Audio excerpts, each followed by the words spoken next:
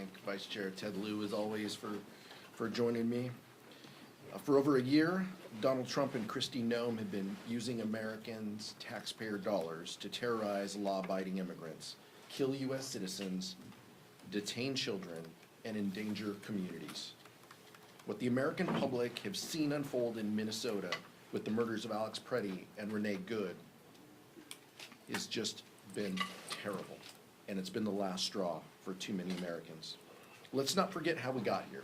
Last year, House Republicans passed the big ugly law to rip health care and food away to American families, and they used those cuts to pay for $200 billion to the Department of Homeland Security, including $75 billion to ICE. That's more than 7 times the ICE annual budget. Let that sink in for a moment. Rather than making life more affordable for American families, Republicans decided to use their signature piece of legislation to give a blank check to Kristi Noem. Now, we've seen this out-of-control, bloated agency carry out some of the most horrific crimes in American history. From trampling on the Constitution to murdering U.S. citizens and violating civil and human rights, there is no question that this brutality must end, and House Democrats are united in that. We cannot act like this is business as usual. That's why Democrats are using every tool at our disposal to hold this administration accountable, and that starts with removing the Department of Homeland Security Secretary Kristi Noem. Democrats are joining the American people in demanding that federal immigration agents are held to the same standards as our local police officers. Our caucus is united in demanding 4 common sense reforms. Body cameras must be required by law, masks must come off. Judicial warrants are a requirement, not a suggestion. We must have independent investigations to prosecute agents responsible for carrying out abuses.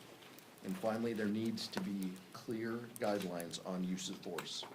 Democrats won't rest until we enact real change in this lawless agency. Vice Chair Lieu. Thank you, Chairman Aguilar. Trump's tariffs continue to increase inflation. The recent producer price index came in hot, hot, hot. Economists predicted a 0.2% rise. It was 0.5%. And what that means is tariffs are now causing businesses to pass on these increased costs to consumers. And what is Trump focused on? Closing the Kennedy Center. Apparently, he couldn't even get Kid Rock to perform there. And now we have this hallowed, amazing institution of the United States closed because Donald Trump royally screwed up when he vandalized it by putting his name on it. I agree with Chairman Aguilar with everything he said about Trump's ICE and Border Patrol. Trump's ICE and Border Patrol interior operations are out of control. Not only did they kill 2 civilians last month, but you see continuing videos and stories of their abuses. We learned recently that ICE shackled a woman for 24 hours in a bathroom with 3 other men. The faucet didn't work, and when the men would go to a toilet, the woman would hide her face. We know that ICE also detained a 5-year-old citizen, Liam, who then got sick because of the horrible conditions at the detention facility, and a federal judge ordered the release because ICE is just flat out violating the law. It turns out some of the folks that ICE is taking came in here legally through legal processes last year. And if the Trump administration doesn't like that, they've got to change the law. They can't just take people who came in here legally and then try to deport them. And that's why you have judges doing what they just did in this case and release 5-year-old Liam. I also want to echo what Chairman Aguilar said about Kristi Noem. Under her leadership, the Department of Homeland Security has killed a number of Americans. She needs to resign, or she needs to be fired, and if not, impeachment proceedings need to proceed. And with that, I yield back. Questions? Max? As you mentioned, a lot of Democrats have issues with the way DHS and Kristi Noem are handling situations in the U.S. As a result, how will you vote on the funding package later today, which does provide temporary funding for DHS?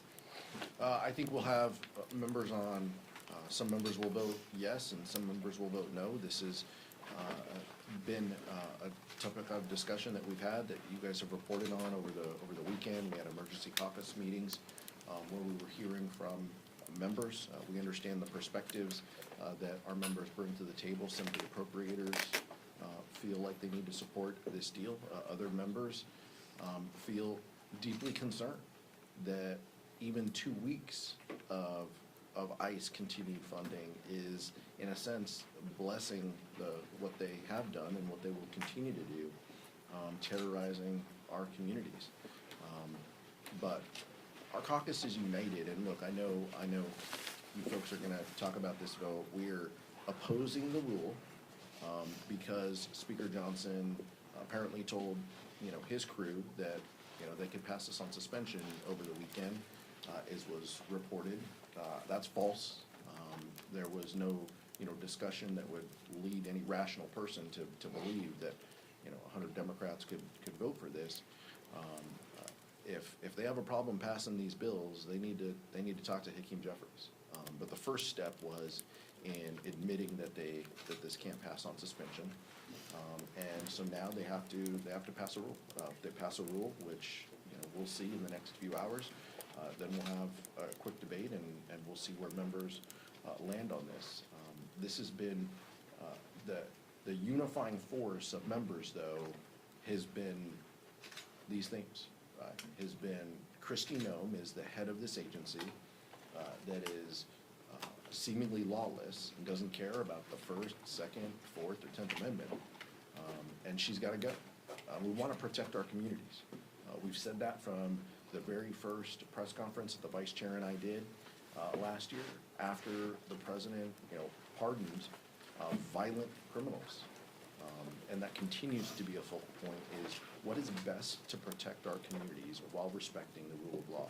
And what we know is that Kristi Noem doesn't believe in this. They're willing to let Stephen Miller make policy over there.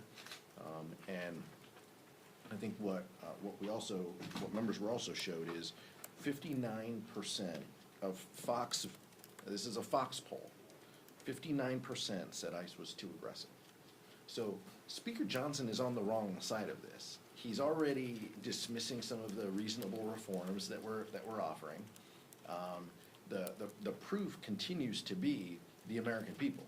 Speaking in a poll, at Fox, or speaking at the ballot in Texas, the American people are fed up of this. They are fed up of lawless ICE. They are fed up of runaway budgets with no accountability, and they are fed up of the rhetoric that Republicans are trying to offer to justify this lawlessness. And it's going to be on us. It's going to be on House Democrats to push back. And we will push back now. We will push back in February, and we will push back all the way through November until we get an opportunity to change the temperature in this place. A few weeks ago, I went to Minneapolis, St. Paul, and met with nonprofit groups and local law enforcement. We did a Democratic field hearing, and their stories of abuse are horrific. You have Trump's ICE completely being out of control. We also know that the public pressure is working. The Trump administration is starting to backtrack. They removed Border Patrol Commander-at-Large Greg Bovino from Minnesota. We also know that he has now engaged in anti-Semitic comments. He needs to resign. We also know that Kristi Noem yesterday issued a directive saying all field agents in Minneapolis must wear body cameras. That is a start, but every one of their agents across America needs to wear body cameras like real police officers do. And I encourage American people to continue this public pressure and to exercise their First Amendment rights. Just to drill down before I ask my question, you're going to wait to see if the Republicans can pass a rule before you decide how you're going to vote, or you know? Or I'm going to wait until we pass a rule before I tell people what I'm going to vote. Okay. Okay. Either way, it serves the same purpose. But look, we've over the last couple of days, the vice chair and I have tried to create an environment with the leadership team where we hear directly from members who are struggling, who are frustrated by what they see. And the week back home, where we talked to folks in our communities about the local lawlessness of ICE. Really put a finer point on that. We weren't, in DC comparing notes. We were back home talking to our communities, and we're the ones that have to look folks in the eye who have experienced some of these tragedies and horrific behavior. The vice chair in Minneapolis, St. Paul, and many other folks visiting ICE detention facilities or trying to visit ICE detention facilities or talking to community leaders and advocates. But time and time again, what we hear from our colleagues is we have to make changes. We have to reform DHS. They were given unlimited amounts of money by House Republicans, and we need to have meaningful reforms because they are unchecked. They have been proven time and time again unworthy of our trust and unworthy of the benefit of the doubt. All of us are here on the Democratic side. I know the vice chair and I feel this way. We want government to work. We know it can be an instrument of good. We know it can help people in their daily lives. And what these folks are doing sets all of us back because they are now going to be afraid. And I talked to our local law enforcement leaders about this in San Bernardino County last week. Local law enforcement is concerned that people aren't going to report crime or they aren't going to say that they are a witness of a crime because they're afraid that everybody is working with ICE. And that hurts us. If people don't feel like they can answer a police officer's question on what they saw for fear of their status, that sets us all back. And by the way, every one of these law enforcement agencies, I met with locally, they have an identifier on them. They have their name on a polo. They have their name on their uniform. It says which agency employs them. They have a clear identifier as to who they are and where they work. Shame on us if we can't create an environment that mirrors exactly what our local governments have been doing and have been doing well and have been doing with the trust and support of our community members. Mr. Chairman, really quickly, you all got a 3-year extension through a discharge petition during the last shutdown, after the last shutdown, and it's languishing in the Senate right now. It's not looking like it's gonna get a vote. You and Republicans are far apart on these reform demands that you all are looking to get. In a world where any of these reforms happen, and we can talk about all the different ways that they could, are you concerned that the same thing that's happening with the ACA subsidies, where the bill is languishing in the Senate right now, is the same thing that will be happening on ICE and DHS reforms? No, I'm more hopeful. I'm more optimistic that House Democrats and Senate Democrats are united in reforming ICE. And I know that our Senate colleagues are supportive of the Affordable Care Act tax credits too. That faces difficulties with 60 votes and needing so many Republicans to join on board too. But I will tell you that the conversations I've had with a small amount of senators, it leads me to think that they are united with us. They want to stand, with us to reform this terrible agency, and they're willing to, stand up and speak up and use their voice and their platform and their vote in order to make that happen. Because they see what we've all seen. They see that this administration is trying to tell us, don't believe your eyes, trust us. And we know that they're not worthy of that. So, I feel confident in the strength of the House Democratic Caucus and our unified purpose and message. No matter what the vote outcome is, we're going to walk out and we're going to be focused on how we get rid of Kristi Noem and how we ensure that DHS is a reasonable organization, and that's going to take significant reforms to get there. Thank you. Senate Majority Leader John Thune said this morning that it's an impossibility that there would be a deal within the next 10 days. If that's the case, do House Democrats plan to uniformly vote against another CR for DHS? One step at a time. We got the rule vote in front of us this morning, and in the afternoon we have our vote. I'm not going to presuppose what's going to happen in 10 days. today. But I will tell you that it's been, shocking to see that, House and Senate Republicans don't even want reasonable reforms to this lawless agency. They're seeing the same numbers and the same, polls, we are. The American public is standing with us and asking us to do something. And John Thune and Speaker Johnson are willing to just do nothing. They're willing to just let the status quo continue. House and Senate Democrats have said time and time again that that's not going to happen. Andrew, no? Grassroots groups, progressive members have said that letting DHS funding continue to lapse is in itself the leverage that is needed to do things like get Kristi Noem out of office, to get significant reforms at ICE, including, beyond body cameras and things that folks say are not significant enough in the aftermath of these Minneapolis shootings. What will you say to the base when, inevitably, there are enough members who have said they're going to vote to pass the government funding bill on final passage? What will you say to the base when they say you guys have just given up your leverage? What I'll say to all of you and what I'll say to the members, first, we got to see what happens with this rule vote. You're making an assumption that this package passes in the afternoon, and I think that's fair. That's fine. I'll play along. But what you'll hear from members and what you'll hear us say to folks, inside, outside, whatever organizations you call it, is, we have more opportunities. We have more opportunities for leverage, not 6 months away, not in the next appropriation cycle, not, September 30th.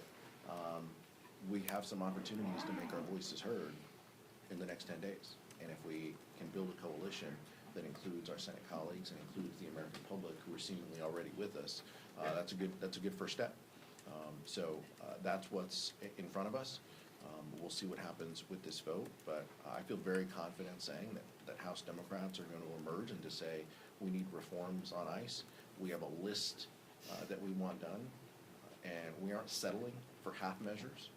And if Leader Thune and Speaker Johnson don't want to come to the table and negotiate real reform, then they're going to have to explain to the American public why they're shutting down, agencies. And maybe that's something they're comfortable, doing, but that's not going to be on us. It's going to be on them approving the lawlessness of ICE without making simple reforms that respect the First, Second, Fourth, 10th Amendment, and tries to offer some level of accountability and oversight over these agencies. Thank you, Chairman. It appears this deal we're voting on today stems from Leader Schumer talking directly to the White House. Do you feel that House Democrats are being included enough in those conversations, especially if we get down to the road of negotiating possible changes to ICE later on? I don't think we were party to that conversation, last week. That's fine. Look, we play the cards we're dealt. We're voting on the measures that are on the floor.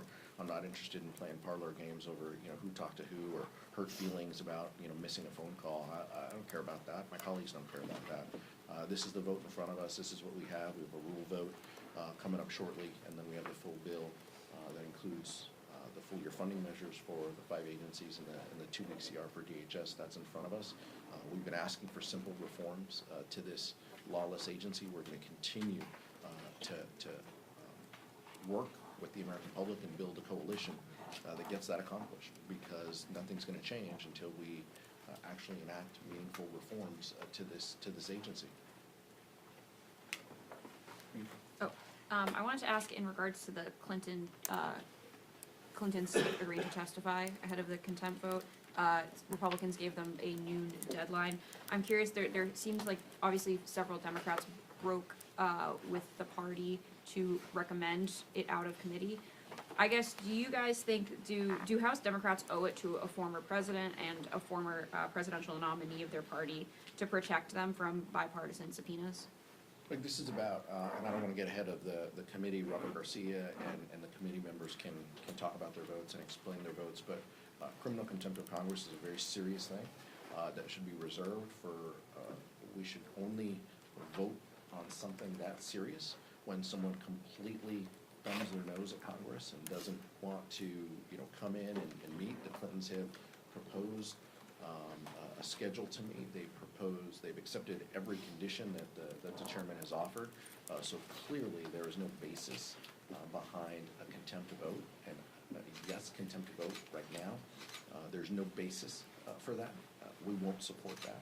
It's completely ridiculous, and it just shows the partisan nature of Chairman Comer. Right? I told you before when this came up a couple weeks ago. Right? Like this is all political theatrics. This is about him wanting to score political points because he probably was at a rally at some point and yelled, lock her up. That's all this is about, is him trying to fulfill that, conservative, wet dream to make that happen. And so that's just that's where we are, and that's what the politics of this moment. But there's no basis for a contempt vote, and I hope one doesn't come to the floor. So why are Republicans so interested in Bill and Hillary Clinton? It's because they're trying to distract from the fact that Donald Trump is in the Epstein files thousands and thousands of times. In those files, there's highly disturbing allegations of Donald Trump raping children, of Donald Trump threatening to kill children. So I encourage your press to go look at these allegations, and I'm highly disturbed that Deputy Attorney General Todd Blanche just got the law wrong. Yesterday, he said, essentially, that it is not a crime to party with Jeffrey Epstein. Well, that's actually not correct.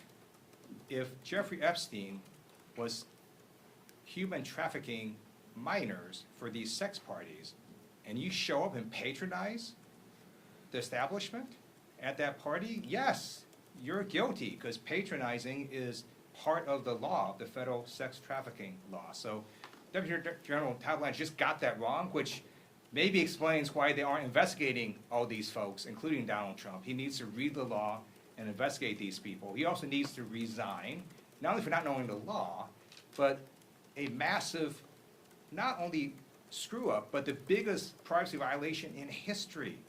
They release a lot of pictures of minors unredacted, just violated the privacy of these girls. It is uncalled for what they did.